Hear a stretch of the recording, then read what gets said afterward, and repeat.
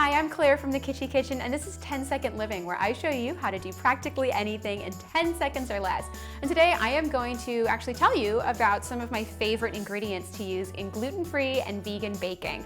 It can be a little bit intimidating because gluten-free and vegan, I think when most people think of baking, they think of flour, butter, and eggs. And so when you're eliminating all three of those things, it can be a little bit complicated, but it actually is pretty simple if you know what ingredients you need to use and why.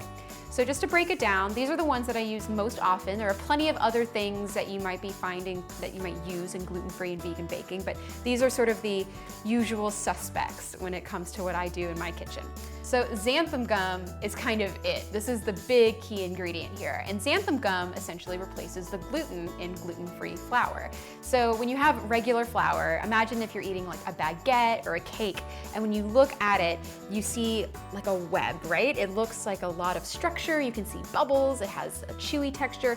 All of that is from the gluten, which is a protein that provides structure. So when you get rid of that structure, you need to add it back in. And what xanthan gum does is it interacts with the gluten-free flour to add a little bit more of that structure. So if you're doing gluten-free cookies or gluten-free cupcakes or something that you need a little bit of lift and puff, then you're definitely going to want to use xanthan gum for that structure. And then I have gluten-free flour. I just use Bob Red Mill. I love the combination of flours, but gluten-free flour tends to be a combination of a bunch of different types of flours. So you might have garbanzo bean flour or fava bean flour, brown rice flour. There's a lot of different types of flour that you can use to make gluten-free flour, but this is my favorite. It's a really easy combination. It has a great flavor. It doesn't really taste like anything specific, which is why I like it. So I prefer Bob's Red Mill. Then there is flaxseed meal. And flaxseed replaces eggs in the sense that it replaces that sort of viscous, gooey binding texture that eggs can provide. So if you're doing something that needs to bind and come together, flaxseed meal can add a really great texture. It also has a delicious flavor. This is so good in chocolate chip cookies. It's really nutty, kind of sweet, and this is what it looks like. It just looks like basically if you were to grind up flax seeds, which is essentially what it is. So I love flaxseed meal. And then we have kutsu, which kutsu kind of replaces gelatin. So if I'm making a vegan chocolate pudding, for instance, I would use kutsu. So what I do is I basically put this in a little bit of water and stir it until it breaks down, and then I add it to whatever I want to thicken and stiffen a little bit. So for instance, a pudding would be a perfect place to use kutsu.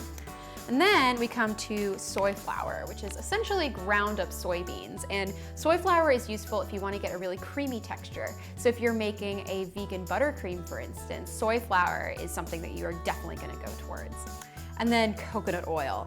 I love coconut oil. So if you can't use butter and you want to have a really delicious flavor, I love the flavor of coconut oil. You can obviously use other oils in gluten-free or vegan baking, but coconut oil is my favorite. It has a really, really high burn temperature, so it means it's going to kind of hold up really well no matter what you do to it. It looks stiff and hard when you have it in a jar like this, but what you end up doing is you melt it and then you can use it in whatever recipe you want. And then the final thing is nutritional yeast, which is kind of goofy, but I love this stuff. It's if you want to add a cheesy flavor to something vegan. So I love this. It has a really delicious savory flavor. I know some people who actually like sprinkling it on top of popcorn. So that is what it looks like.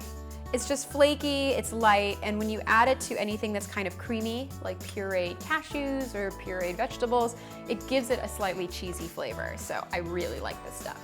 Well, I hope this demystifies some of the gluten-free and vegan products that you might find yourself coming across if you're trying to cook gluten-free or vegan. But these are all really easy to find at health food stores and stuff like that, and I really love using all of them. So I hope you enjoyed learning a little bit about gluten-free and vegan baking. For recipes featuring this technique, check out my blog, thekitschykitchen.com.